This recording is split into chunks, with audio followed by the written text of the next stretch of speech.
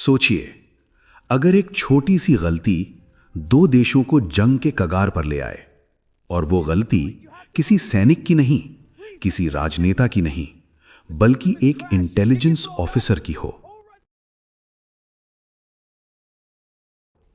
साल था 2016। दिल्ली की एक हाई सिक्योरिटी बिल्डिंग, रात के 2 बजे। रॉ का कंट्रोल रूम हमेशा की तरह जाग रहा था। स्क्रीन पर सैटेलाइट फीड, कंप्यूटर पर डेटा और कमरे में पसरा वो सन्नाटा जो सिर्फ खुफिया एजेंसियों में होता है।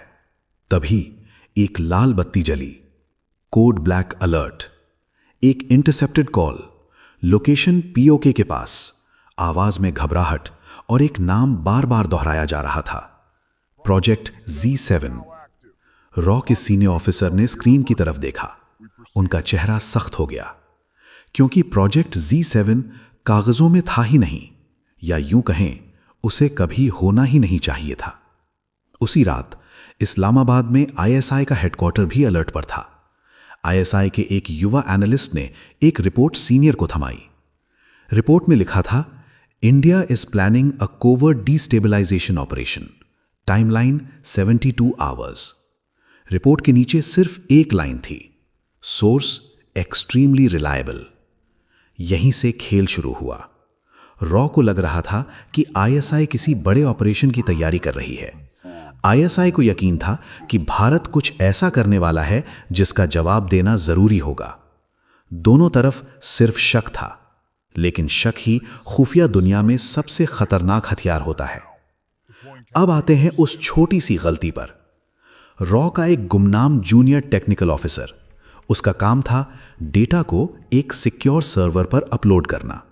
लेकिन रात की थकान, जल्दबाजी और एक गलत क्लिक, डेटा गलत सर्वर पर चला गया।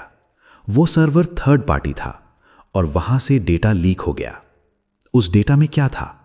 अधूरी जानकारी, अधूरे कोड नेम्स और कुछ ऐसे शब्द जिनका मतलब बिना संदर्भ के कुछ और ही निकल सकता था। ISI को जो मिला वो आधी सच्चाई थी, और आधी सच्चाई कभी कभी पूरे झूठ से ज्यादा खतरनाक होती है। ISI ने इसे मान लिया कि भारत एक फॉल्स फ्लैग ऑपरेशन की तैयारी कर रहा है।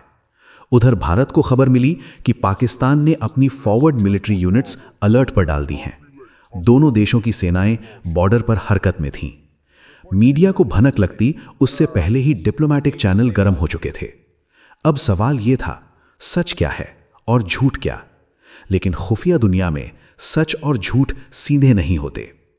रॉ के एक वेटरन ऑफिसर को कुछ गड़बड़ लगी, क्योंकि प्रोजेक्ट Z7 असल में एक डमी कोड था, एक पुरानी फाइल में पड़ा हुआ नाम जिसका कोई ऑपरेशन था ही नहीं। पर ISI को वही नाम मिल गया था। दोनों देशों के बीच एक बैक चैनल मीटिंग तय हुई। लोकेशन थी एक तीसरा देश जिसका नाम आज भी सीक्रेट है। कमरे में सिर्फ 4 लोग, ना कैमरा ना रिकॉर्डिंग, सिर्फ एक सवाल, क्या आप सच में जंग चाहते हैं? रॉ ने वो असली फाइल दिखाई जिसमें साफ लिखा था, प्रोजेक्ट Z7 कैंसल्ड 2012। ISI के अफसर कुछ देर तक खामोश रहे, क्योंकि उन्हें भी समझ आ गया था ये सब एक गलत फहमी थी। एक डेटा लीक, एक गलत अनुमान, और दुनिया जंग के कगार पर पहुंच गई थी। अगले 12 घंटों में दोनों तरफ से मिलिट्री अलर्ट कम कर दिए गए। मीडिया को कुछ नहीं पता चला, आम लोगों को भी नहीं, लेकिन अंदर ही अंदर पूरा सिस्टम हिल चुका था। उस जूनियर ऑफिसर को जिससे गलती हुई थी, उसे सजा नहीं मिली, बल्कि उसे चुपचाप एक और विभाग में भेज दिया गया, क्योंकि खुफिया एजेंसियों में गलतियों को सार्वजनिक नहीं किया जाता। कहानी यहीं खत्म नहीं होती। आज भी जब रॉ और ISI एक दूसरे की चालों को पढ़ते हैं, तो उन्हें याद रहता है, कभी कभी दुश्मन की नहीं, अपनी एक छोटी सी गलती सबसे बड़ा खतरा बन जाती है।